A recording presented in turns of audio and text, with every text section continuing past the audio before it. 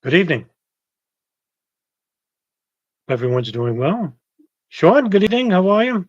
It's going to be a huge topic tonight. I don't know how I'm going to condense everything within an hour time frame or an hour 15, but I'm going to try and do my best. I think this is a very important subject, actually, which is sorely misrepresented. Hey, Fire Pixie, good evening. Glad you can make it.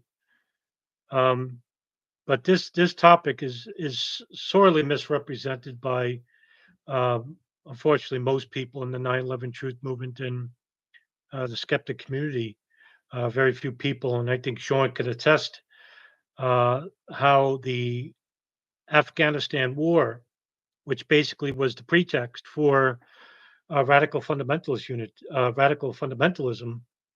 that came after it. And 1979 is a huge year, and it basically replaced the threat of the Cold War with the new enemy, and that is the radical fundamentalism in the Salafist movement, which was precipitated by the intelligence services and uh, people in Washington and foreign policy advisors here and abroad took advantage of the enemy that we helped to create. And there's a lot of similarities between what is happening in Ukraine to Afghanistan, actually. And later on, I'll do my best to try and make sense of that.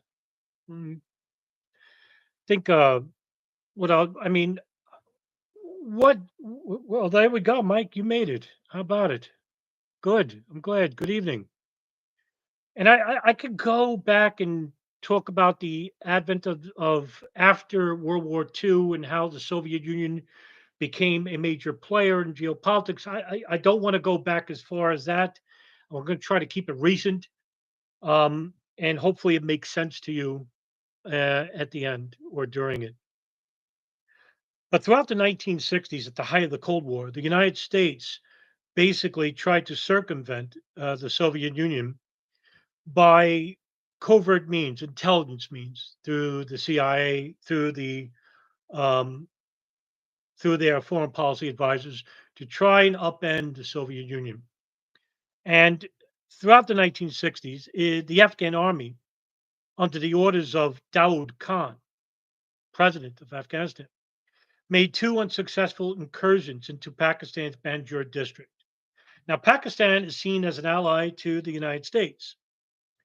And so Pakistan was more worried about um, Afghanistan under influence of Soviet Union, who at the time, Dawood Khan and other leaders of Afghanistan build trade relations throughout the 1960s and 70s.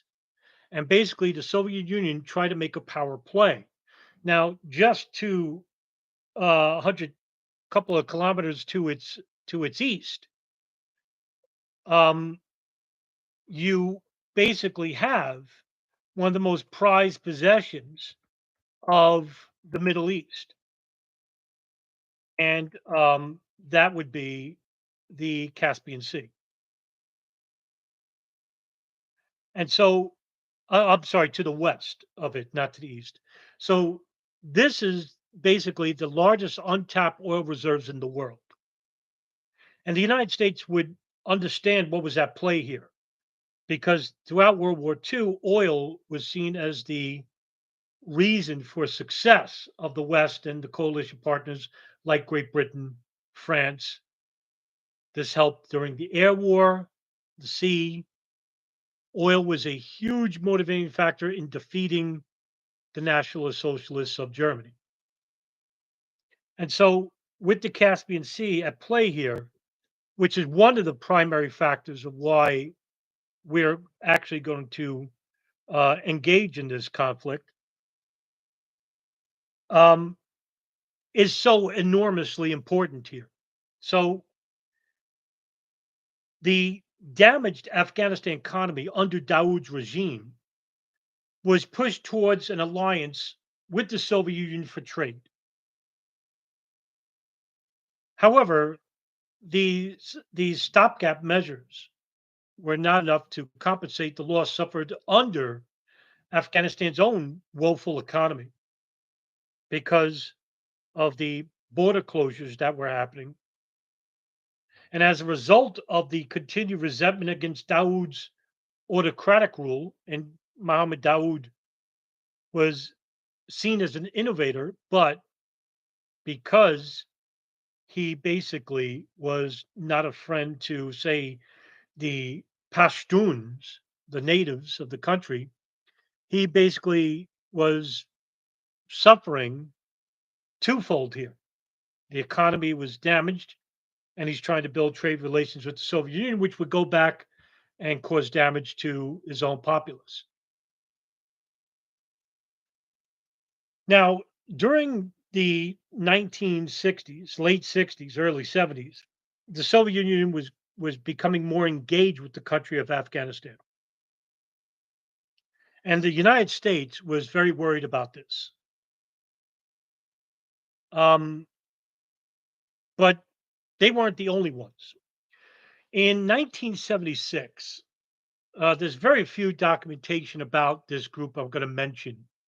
So, what I'm going to use are books that I've read, one being Devil's Game: How the United States Helped Unleash Fundamental Islam by Robert Dreyfus, where they talk about the Safari Club. Very few people talk about the Safari Club.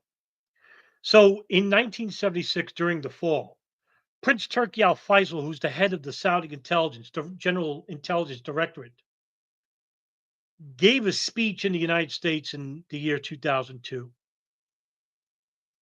And he would later be quoted as, quote, in 1976, after the Watergate matters took place here, your intelligence community was literally tied up by Congress.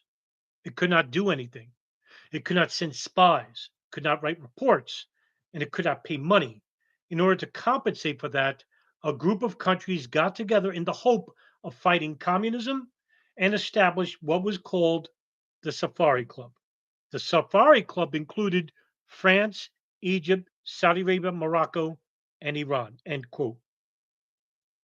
During the same time, there was a primary ideology that was encompassing the Middle East, but it was waning, and that is Arab nationalism, which was precipitated under the late Egyptian president Gamal Abdel Nasser, that basically tried to enlighten the Muslim community and strengthen trade with countries like Russia, or at the time Soviet Union, China, Great Britain.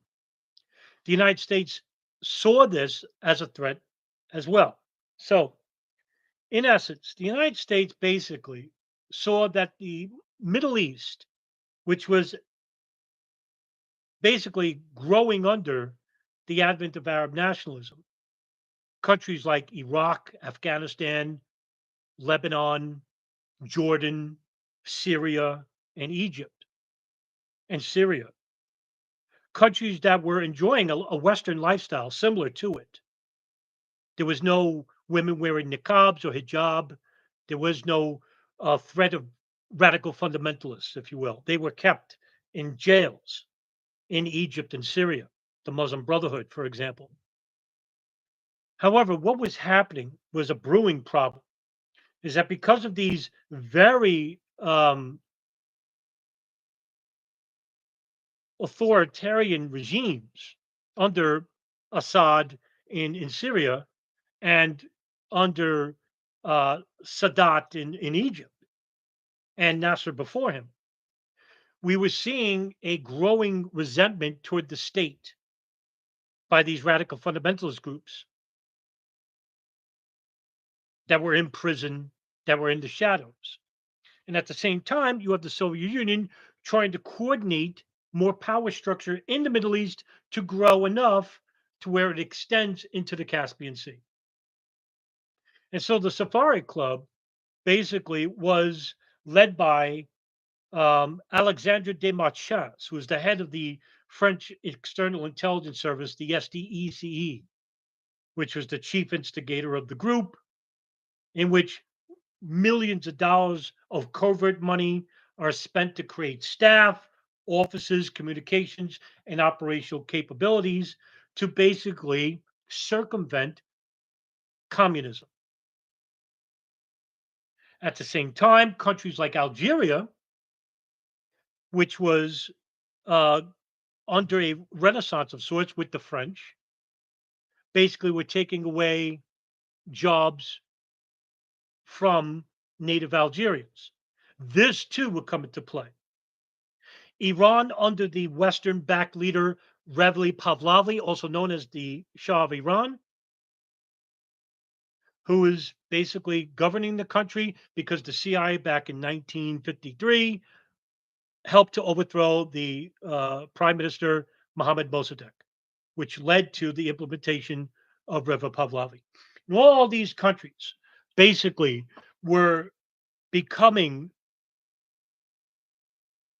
democratic socialist under the influence of Arab nationalism and communism. Even though Arab nationalism and communism did not coexist, but at the same time, there was no real conflict. Now, what was happening was a couple of years later, in 1977, Zbigniew Brzezinski, who was the national security advisor under the US president back then, Jimmy Carter, would form a group called the Nationalities Working Group, which was dedicated to the idea of weakening the Soviet Union by inflaming ethnic tensions in Afghanistan. Because the White House saw the threat of the Soviet Union under a number of different Soviet influenced leaders like Hafizullah Amin, Mohammad Daoud Khan, Nur Muhammad Taraki, basically expanding into the country. And Pakistan, which was an ally to the United States, saw the threat and saw that they were next. At the time, Pakistan didn't have a very formidable army. Neither did Saudi Arabia or the Gulf at the time. And so at the time, Soviet Union was still a major player. And the United States saw the threat. Years later, um, Zbigniew Brzezinski would write a book called The Grand Chessboard, in which he regarded the basis of the book is regarding the landmass of Eurasia.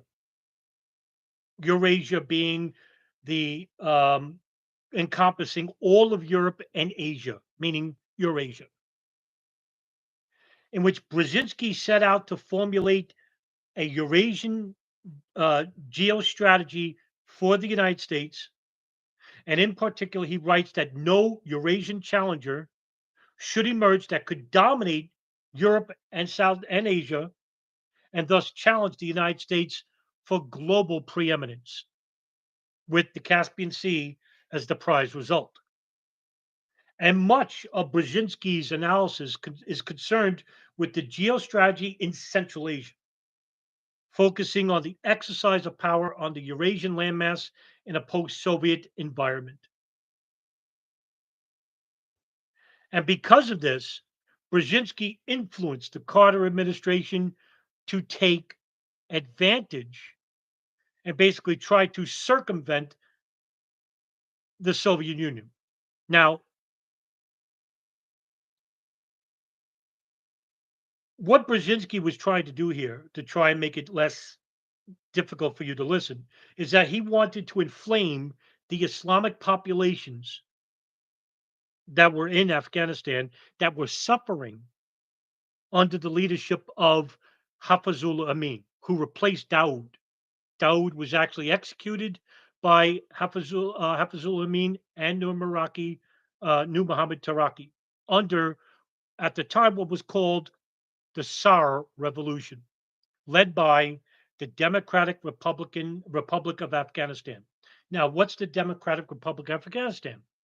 Well, they were a one-party rule which lasted from 1978 to 1992, and it relied heavily on the assistance from the Soviet Union for most of its existence, especially during the upcoming war. Now, I'm not going to be saying Democratic Republic of Afghanistan all the time. I'm going to be calling them the PDPA. Now, they came to power through the SAR revolution. Now, the SAR revolution happened in April of 1978, in which the People's Democratic Party, the PDPA, overthrew Mohammed Daoud Khan, who he himself had taken power during the 1973 coup d'etat and established an autocratic one party system in the country, not knowing that the people that served under him, like Hafizullah Amin and Nur Muhammad Taraki, would basically come back and kill him and take over the country. The PDPA, which basically came under power in 1973, came into real power in 1978. And that happened on April 27th, 1978. Hafizul Amin, Nur Muhammad Taraki took over the country, and they were far more brutal to the Pashtuns, the Islamic community, than their predecessor, Daoud Khan, who basically was seen as an innovator, still a socialist, but still as an innovator in the country, working with the Pashtuns. But these people basically slaughtered tens of thousands of native Afghans. This embroiled a large response by the Islamic community in whole. And basically, what happened was the United States saw this and basically used this as a pretext to inflame the Afghan and Islamic community, also known as the Ummah, Arabic for Islamic community, and basically wanted to use this opportunity to basically destroy the Soviet Union. And so Brzezinski, under this new geostrategic plan, basically came into contact with Richard Pipes, who's the father of Daniel Pipes. Now, for those who don't know who Richard Pipes is, he's an American academic who specialized in Russian and Soviet history and basically uh, created a group called Team B, which composed of civilian experts and retired military officers, and which was influenced by the CIA under then the director George H.W. Bush, um, which basically talked about the circumvention of the Soviet Union. And guess who was the instigation of the creation of Team B? Now, I don't want to ruin it yet because what I want to tell you is this: the reason why I'm talking about this event tonight, a lot of these people that I'm going to be naming tonight would have a reverberating effect to the areas that I talk about and that you're familiar with. People like Osama bin Laden, Dr. Ayman al-Zawahiri, Donald Rumsfeld, Dick Cheney, George H.W. Bush, um, Abdullah Yusuf Azam. And a lot of these people are basically going to have a lasting effect throughout the 1990s. Ramzi Youssef, for example, throughout the 1990s, and of course, 2001. This is the reason why I'm talking about this subject. But the primary instigator, the creator of Team B, was not only Daniel Pipes, but the future Secretary of Defense under the Bush administration, Donald Rumsfeld. Rumsfeld was an antagonizing force to the group of Team B and CIA intelligence officials who created their own group called Team A. Rumsfeld would his hope was that it would produce a much more aggressive assessment of their outline of the Soviet Union's military capabilities in Afghanistan for the war that they're going to help to create for them. Now, um, Unsurprisingly, uh, the plan argued that the national intelligence estimate on the Soviet Union, which is generated yearly by the CIA, underestimated the Soviet Union's strategy and ambition. And this would be felt right off the bat during the war because Afghanistan was sorely lacking in a lot of areas, especially air power. But that would change later on. So, according to Richard Dreyfuss' book that I mentioned before, Richard Cotton, who was a former CIA official, advised the Carter administration at this time that the Iranians were about to overthrow the Shah of Iran. 1979 would become the one of the biggest years in world history, not just American history, but world history, because of what was going to come. Not what was happening at the time, but what was going to come for the future. In other words, from one enemy, which was the Soviet Union in the Cold War, we would be engaging a new enemy, and that would be the Allies during this time for the United States, and that is radical fundamentalism, radical Islamic fundamentalism, precipitated by the United States, Pakistan, Saudi Arabia, and the Gulf. Billions and billions of dollars would be poured into these factions that would come back to haunt us in the future. Now, in 1979, early 1979, the CIA begins a covert action against the communist government in Afghanistan. Now, this is before the war. So they were, in other words, the United States knew what they were going to do, knew that they were going to instigate a war with Russia. So, in other words, most historians will tell you that the war started on, you know, November November of 1979. But that wasn't the case because it started long before that.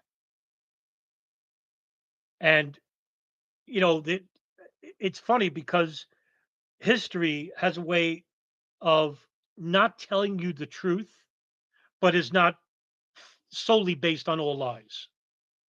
And this is the problem with the United States in general, right? The powers that be, they don't outright tell you a lie, but they skew the vision of the mindset of the American populace in a way that you don't know what is the truth. You don't know what is a lie, but you know something is off. And time is of the essence because you're trying to figure out what is the lie and what is the truth, while much of history is hidden from you. That's why they classify these documents in human history in 40, 50 years. But by that time, all the major players of those events are dead. You can't hold them accountable. So the United States began to a covert action against the communist government under Hafizul Amin and Nur Muhammad Taraki. Robert Gates, who will become the CIA director after George H.W. Bush, would recall during a meeting in March 30th, 1979, that the Undersecretary of Defense, Walter Slocum, wondered aloud whether there was a value in keeping the Afghan insurgency going. And according to Robert Gates, he quoted the very famous quote that what he wanted was to suck the Soviets into a Vietnamese quagmire. So, in other words, he wanted to create. Now, Brzezinski would later on and use it as a different quote, saying that they'll give the Soviet Union their own version of the Vietnam War. And generally, he was right. Now, the United States can't come right out and say that they're supporting Afghanistan insurgents because that would precipitate World War III. They have to do it covertly. They can't announce it. So what they started to do in 1978 in 1979, the early months of 1979, was that they were working with the Pakistan Inter-Service Intelligence Agency, also known as the ISI, a very nefarious intelligence organization, one of the oldest in the world. And also to this day, there has been no captured ISI intelligence officer ever that has been reported, which is unreal. Just goes to show you. And I did an article 2 years ago talking about the ISI and the history thereof. And basically, they are undergoing a transformation of their own. Pakistan is the second largest percentage of Muslims in the world, and also the ideology, which is a very brutal interpretation of Salafism, also known as Wahhabism, that was permeated in the ISI. In fact, the CIA would later complain and say that the ISI was two organizations into one. One was an intelligence organization, and the other was they were radical fundamentalists, in which they were under then Director General Hamid Gul. And basically, the CIA couldn't really trust the ISI, even though they were allies, but they kept their distance. The Pakistan, just to show you how nefarious this group is, the ISI would later create a fundamentalist group all on their own called the Jama Islamiyah, which basically was to fight against Indian separatists for control of Kashmir and Lahore. So, in other words, they would help to create this group to basically try to kill off as many Indian separatists and intelligence officers for control of Kashmir and Lahore. Later on, the Pakistan SI would also be found guilty of creating what we know as the Taliban. There's a lot of fact to this. It's not speculation. Um, the CIA would basically be ho hum about it, but they didn't reject uh, this idea or notion that the Pakistan ISI basically helped to facilitate the growth of the Taliban, which was to fight the communist forces in the 1990s after the war was over. So this way, Afghanistan would be kept in control of Pakistan. So let's continue. 1979 would see a huge, and I mean just a monumentous change. So what happened? The the president of the United States, Jimmy Carter, would basically state that there was I'll read you just a quote. The quote is, quote, "An arc of crisis stretches along the shores of the Indian Ocean with fragile social and political structures in a region of vital importance to us, not to Afghans, to us, threatened with fragmentation. The resulting political chaos could well be filled by elements hostile to our values, not the Afghans, and sympathetic to our adversaries." And who would those adversaries be? Saudi Arabia and the West. End quote. Now, that's in a Time article dated January 8, 1979, that I'm reading from, well before the war started. So, in other words, the United States saw this as a war of their own. And basically, this caught the ire of the Islamic fundamentalist movement. In 1979, in July of 1979, the Central Intelligence Agency began what would be called, and still is, the largest, most successful operation they've ever had and they ever constructed. It's called Operation Cyclone.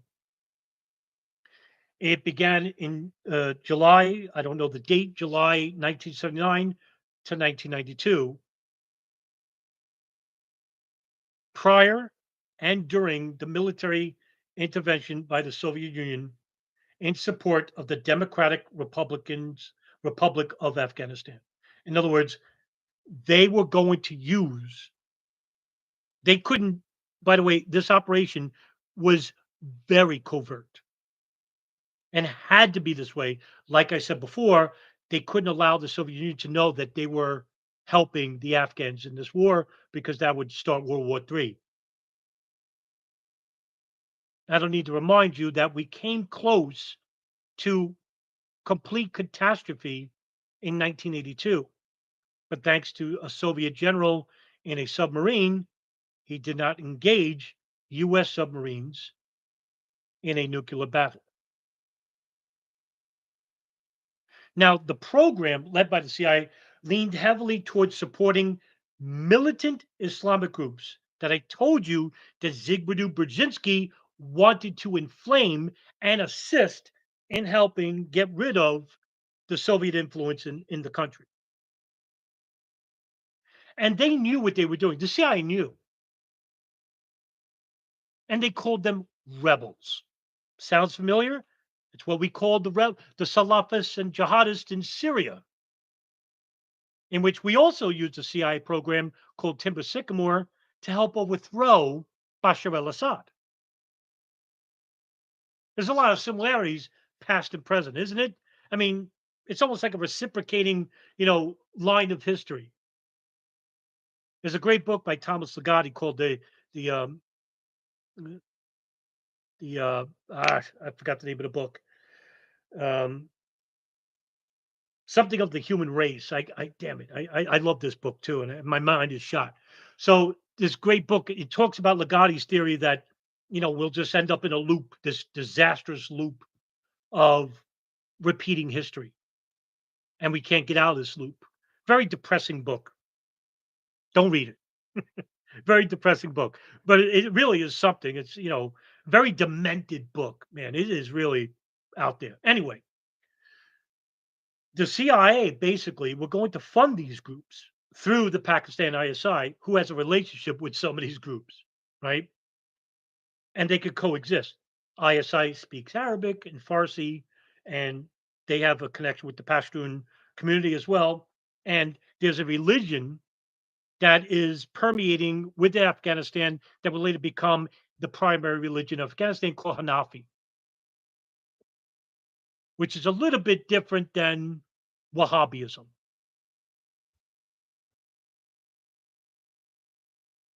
Relating to the Orthodox school of Sunni jurisprudence, which is basically prevalent in the Philippines, Indonesia, southern and central Asia, which Afghanistan's a part. And later on, this will become the primary ideology in Afghanistan, even to this day, still is. Anyway, the program is the most expensive program in CIA history ever undertaken. And there is no definitive number. It's anywhere between uh, 865 million to like $4 billion or something like that. There's no pinpoint, but the amount of money and weapons that went through Pakistan, that went through these groups, is just a disaster. Sound familiar? That's exactly what's happening in Ukraine currently. And who are we giving these weapons to? Radical right wing separatists. That's who. In this case, with Afghanistan, they're radical right wing religious fundamentalists, right? The CIA has a long history of supporting extreme right wing groups to upend socialists and libertarian movements in the Central America throughout the 1970s, Middle East in the 1980s, and Europe in the 1990s and the 2000s.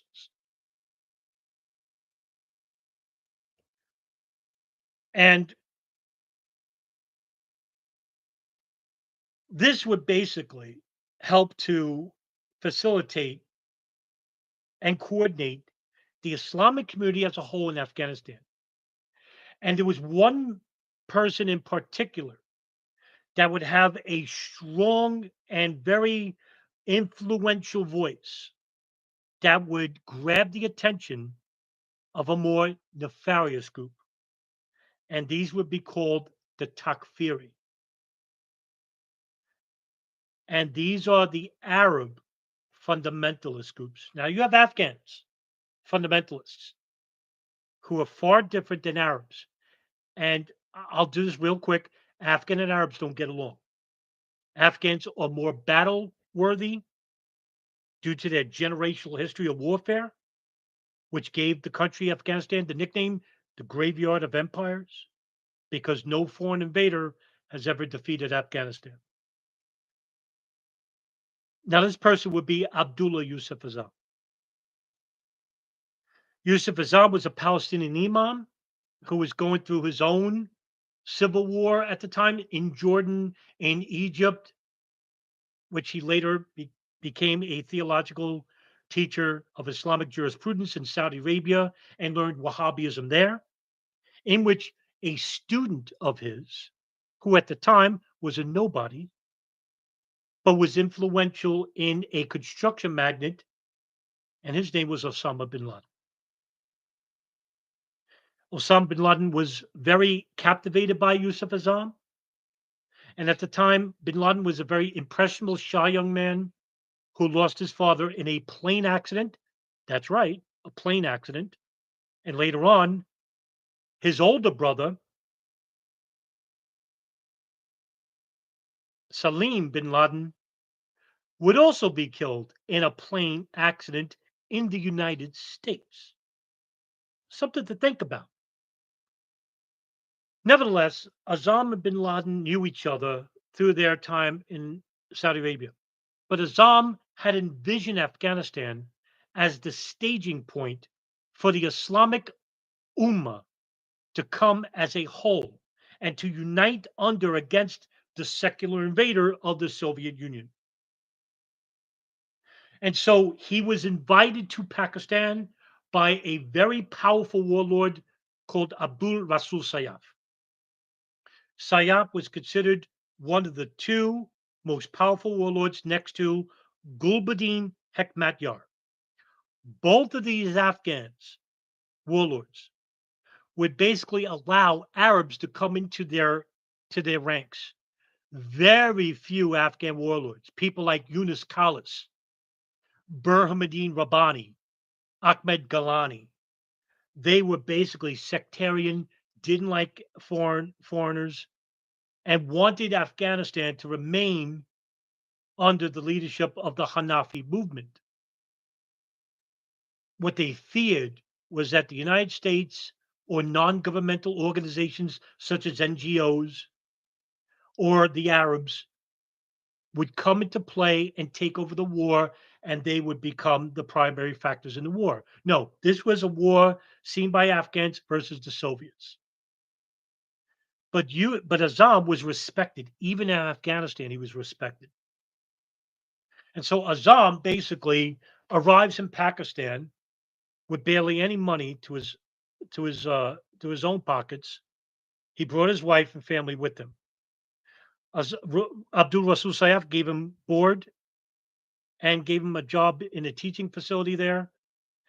And what was happening was through Operation Cyclone, the United States started sending millions of dollars of weapons and aid to the Pakistan ISI, and the ISI began training the Afghans, and then all of a sudden, a trickling of the Arabs that were coming. Azam used his voice to basically declare a jihad against the Soviet Union and communism. He saw the detrimental effects of socialism in Jordan, in Egypt, and he basically feared that the communists under the Soviet Union would destroy the Islamic school of thought. The United States saw this and basically using Operation Cyclone as the vehicle to send millions and millions and millions of dollars, with the help of very sympathetic Saudi princes. Now, Saudi Arabia at the time was undergoing a huge financial resurgence through the oil boom of the mid 1970s. Now, why am I mentioning this country? Because Saudi Arabia is the foundation for the very ideology that would help to percolate and facilitate these radical fundamentalist groups that would come back to hurt us, called Wahhabism, founded by its founder, Muhammad ibn al Wahhab, in the 18th century, which basically came into contact with the leader of the Emirate of Diriyah at the time, which was the first Arab Saudi state under Mohammed ibn Saud. And so Wahhabi and Saud clans joined together to create the Emirate of Diriyah. And then later on, it would be named Saudi Arabia when they took over the country from the Ottomans and the Khazarites and the two cities of Najad and Hajj, creating what we know today as Saudi Arabia. When the United States got involved with the country because they regulate the oil since 1932 under Standard Oil, Saudi Arabia allowed the United States to regulate the oil market in the hopes of being the military that they don't have. Wahhabism then grew, and they grew exponentially under the oil boom in 1970s, early 1980s. And so Saudi Arabia began sending emissaries all throughout the world, creating madrasas, organizations that were influential to the ideology of Wahhabism, this very heretical sect and branch of Sunni Islam that is basically rejected by 90% of the Sunni school of Islam. They don't consider it part of the Quran. Wahhabism is basically under the precepts of a um, Hadith scholar named Ibn Taymiyyah, who influenced Wahhabism, Wahhab, Muhammad ibn al-Wahhab, which created Wahhabism. It's a heretical sect, not Quranic at all. In fact, most of the Islamic world, through the Sunni and Shia branch, reject Saudi Arabia. This ideology was spread throughout Saudi Arabia and spread with the advent of this war. So when Saudi princes started donating millions of dollars to the war itself, it began creating groups in Afghanistan that would spread after the war was over. So basically, the United States mobilized their own movement, basically through the media and press, for the public to accept um, what was about to come. Remember, all wars have to be somewhat generally agreeable with the American populace, because one thing is universal: nobody really wants war.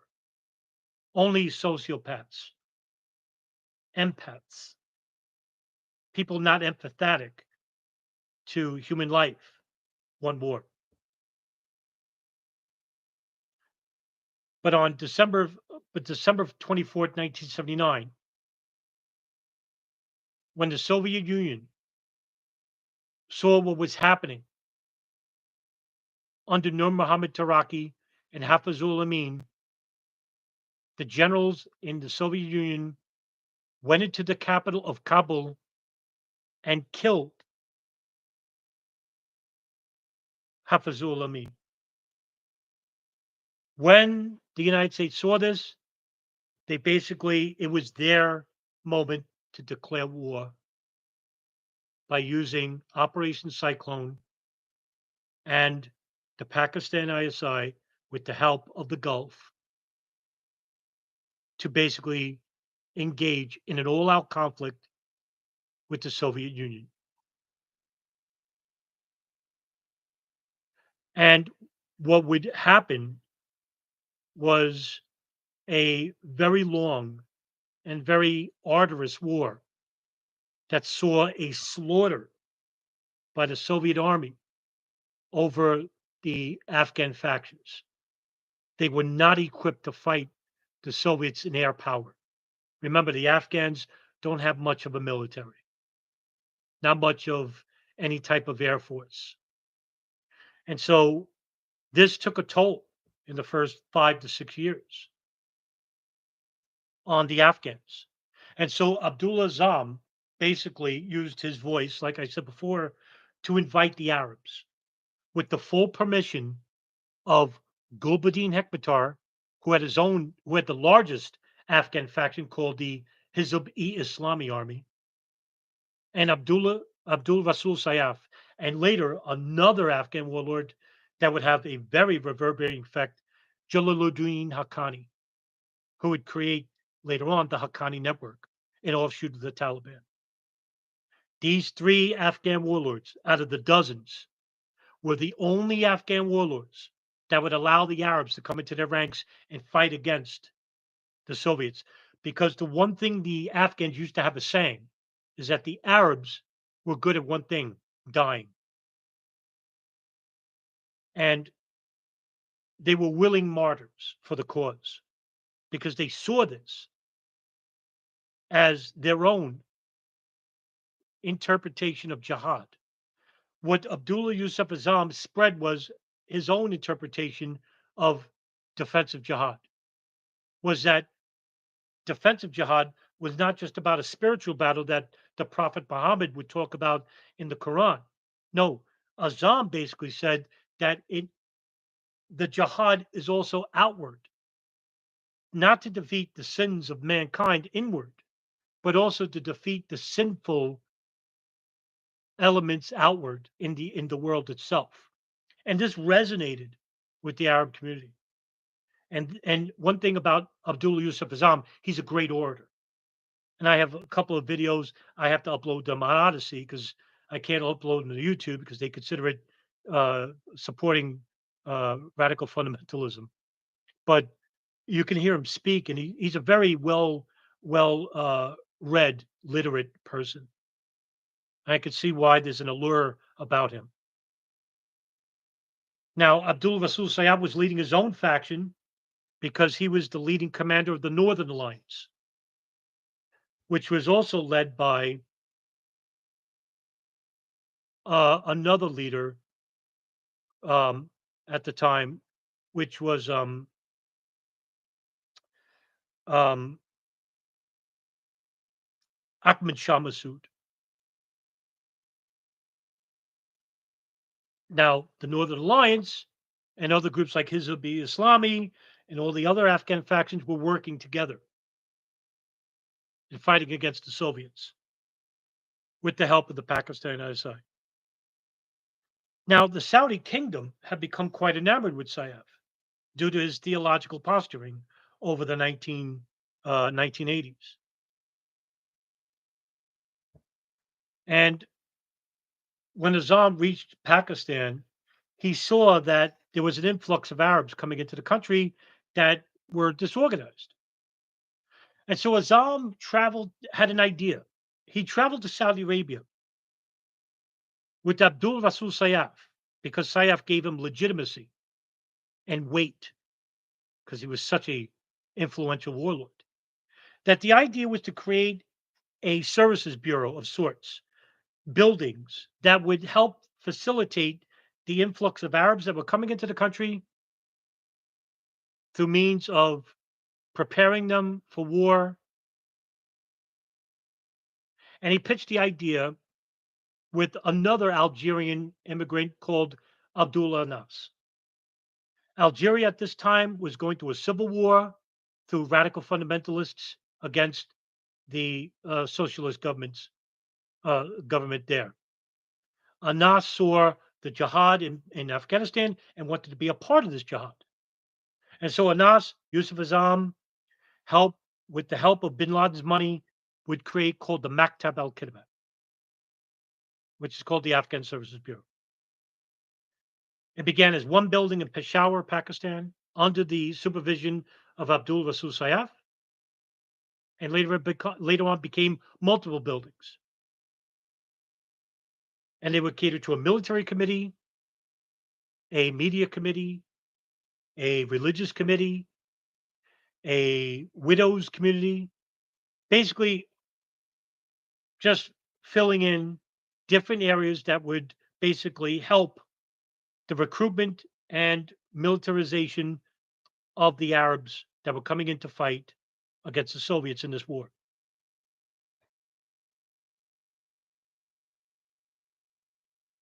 And basically, with the help of bin Laden's money, bin Laden then traveled to Pakistan and began to use his father's construction company, the bin Laden Saudi Group, to use his own money, his father's construction vehicles, to help build ditches and roads.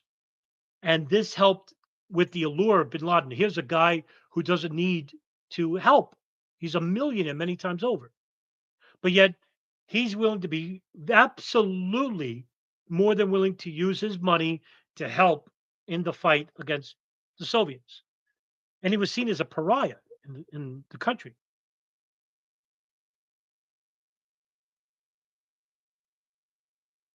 Now, at the same time, the Soviets bombing was incessant. Days, weeks of carpet bombing the mountainous sides of southern Afghanistan. When Reagan replaced Carter as the president of the United States, Reagan circumvented Operation Cyclone in that he invited Afghan warlords to his White House. And if you'll find it on Google Images, just Google Afghan warlords in the White House, you'll see that he has these, very war torn, battle weary Afghans in the White House living room. And to help bring us acceptance of this war, there was a famous movie that came out. I think it was 1983, 84, and that was Rambo Part 2 or Rambo Part 3,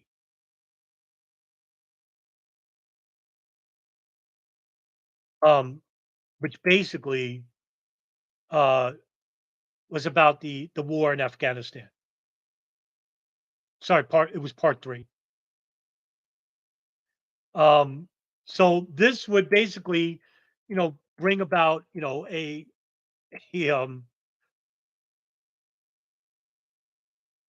an acceptance of, and this was made, I think, I'm sorry, it was later than that. It was like 80. I saw it in the Ridgewood Theater, movie theater I was living at the time, Ridgewood, Queens. 1987, I want to say 86, 87. I'm not too sure about the year, but it was about the war in Afghanistan. Hollywood, propaganda, pure propaganda. And Rambo's working with like the radical fundamentalists, right? He's friends with them.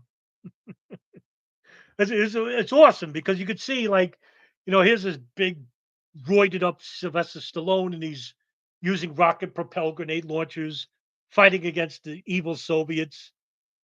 A silly movie, but at the time was fucking great, right? At the time. Nevertheless, Reagan basically made a pact with the Afghans, and in it was a clause where they would send Stinger missiles to basically help in the fight against uh, the Soviet Air Force. And because of this, it turned the war, completely turned the war. So now, just picture it. All these Stinger missiles that were coming in through Pakistan, through the Golden Chain, using drug routes, and basically going through the Helmand province, which is the largest poppy field population on Earth, and through the ISI, basically gave these Stinger missiles to like these Arabs and Afghans. Now, later on, some of those Stinger missiles would be used. Now, it's not conspiracies, really happened. Later on, those Stinger missiles would be used to fight against the United States in Somalia. I'm not joking. That really happened. You ever seen the movie Black Hawk Down? They're using Stinger missiles, rocket propelled. That was from the United States. This is what happens when you give weapons. And by the way, in the clause, Reagan basically says at the end of the war, the Afghan warlords and Arabs have to give back all the Stinger missiles. Do you really? Like that's going to happen, right? Oh, you're going to promise, right? You're going to give it back to us? So they use this, by the way, to fight against the United States and Somalia. Um, just ridiculous. I don't know. Anyway, the United States saw the turn of the tide of the war. The Afghans turned the tide, and basically the Soviets were losing by 1986, 87. And um, this basically would lead to the Soviets to send an emissary group to Pakistan. And under Benazir Bhutto as the prime minister, the only woman prime minister of Pakistan at the time, to basically act as a mediator between Afghanistan, Soviet Union to broker a deal where they would cease military expenditures in the country and come to a peace agreement between Afghanistan and Soviet Union. Pakistan saw this as an opportunity to basically jump on this because of their fear with the Soviet Union that they were going to be next to be taken over and facilitated what would be called as the Russian Afghan Peace Treaty of 1989.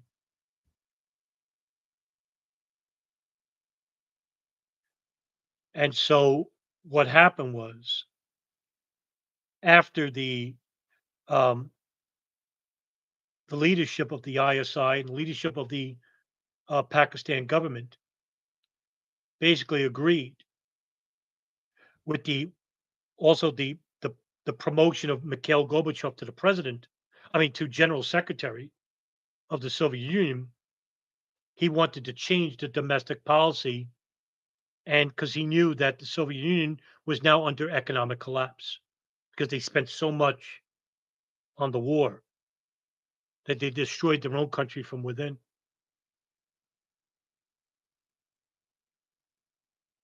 And this basically confirmed that the United States gave exactly what Brzezinski and Team B under Donald Rumsfeld at the time, their own Vietnam. And it worked by giving military aid and training through the Pakistan SI to the Afghan and Arab fundamentalists.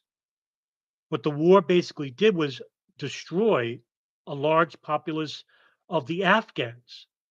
And with this, created a vacuum for Arab fundamentalist groups to begin under with the help of the CIA's Operation Cyclone through the training of the ISI and the money from Saudi Arabia and the United States. Well, they began to leave Afghanistan because here you have a very fervent, radical mindset that doesn't know the off switch. Just like you have some US soldiers that return from Afghanistan and Iraq that come back to the United States and they don't have an off switch. Well, just imagine here you have a Arab mindset led by an ideology that percolates in their head that everybody is an enemy to Wahhabism. And not only that, you're giving these people money, military training,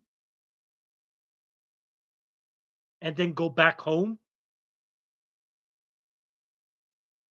Well, it helped to create a new enemy. And a lot of these people like Ramzi Youssef, Abu Musab al-Zarqawi, who later would create the Islamic State and Iraq, which later became the Islamic State and the Levant. Jalaluddin Haqqani, which would later form the Haqqani network. Muhammad Mullah Omar, who would later become the leader of the Taliban. Azerbaijan Bajanic, who would later form a group called the Abu Sayyaf. Ridwan Isamuddin, also known as Hambali, who would later help to create Jemaah Islamiyah in Indonesia. And Osama bin Laden, Dr. Ayman al-Zawahiri, and Dr. Saeed Imam al-Sharif, who are known as Takfiris, who are also Muslims, like the Wahhabis, who would declare other Muslims like Sufis, Shias as munafiq, which is fake Muslim. That's what a Takfiri is. They label other Muslims as fake Muslims that are not part of the Wahhabi religion, also known as Salafism, would create Al Qaeda. These were all groups that didn't exist. These were all organizations that weren't created by the United States, but were helped born out of the funding and training to help defeat one enemy, thus creating an enemy unto themselves, replacing an old enemy, which lends credence to the old adage, the enemy of my enemy is my friend.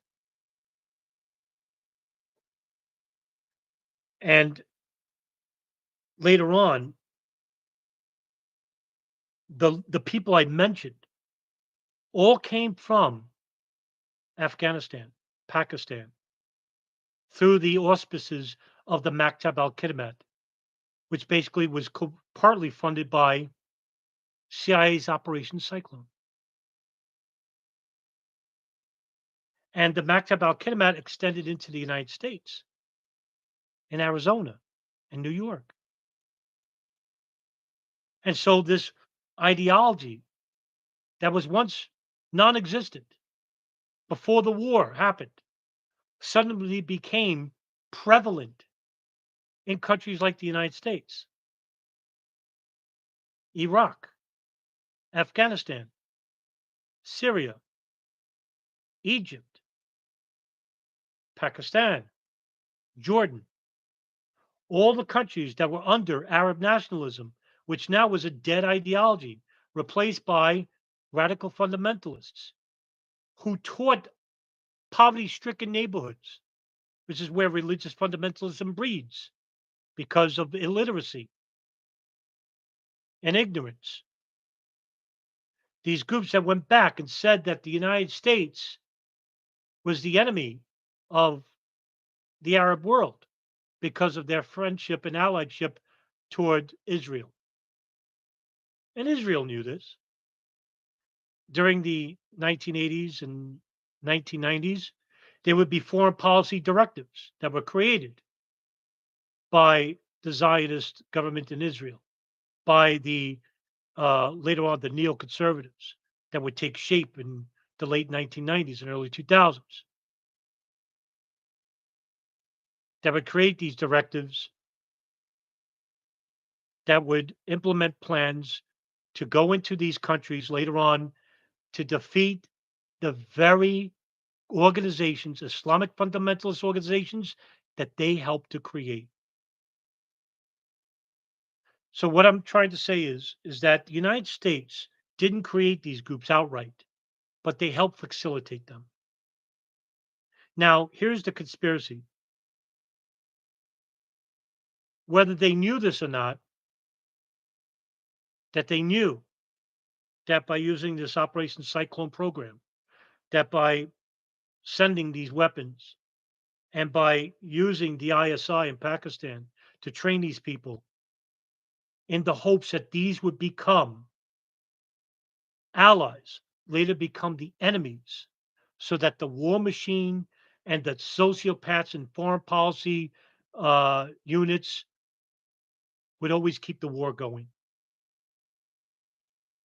Does that sound like a conspiracy to you? Or does that sound pretty reasonable? I'll let you be the judge. Bin Laden and Dr. Ayman Zawahiri would later be people who are not enemies to the United States, but I've done other live videos where I talked about the creation of Al Qaeda and where they came from. I won't do that here. I basically just wanted to talk about the general uh, history of what started the Afghan war and what came from it and what was coming during it. And I hope I didn't skip over too much. I probably did. There's a lot I could have went over, but I also didn't want to make this a very long video and bore you half to death. I figure you're here an hour and that's enough, you know. I don't want to push it. But anybody has questions, I'm also willing to answer those questions for you. I see there's 8 people here. I'll take that. To me, 8 people is a lot. And it's a subject. It's a very complex subject, a very expansive subject, and you could basically lose a lot of people by doing it. But I want you to have an understanding of how these radical fundamentalists were created, how facilitated, and I hope I did it, you know, in a convenient way we can understand it. I didn't want to lose you, so I hope I was successful in doing that. Um, I see Sean and Fire Pixie still here. Rick Olson, Pure Palm. Good evening to all of you. Thank you for staying and talking with me and being a part of this stream.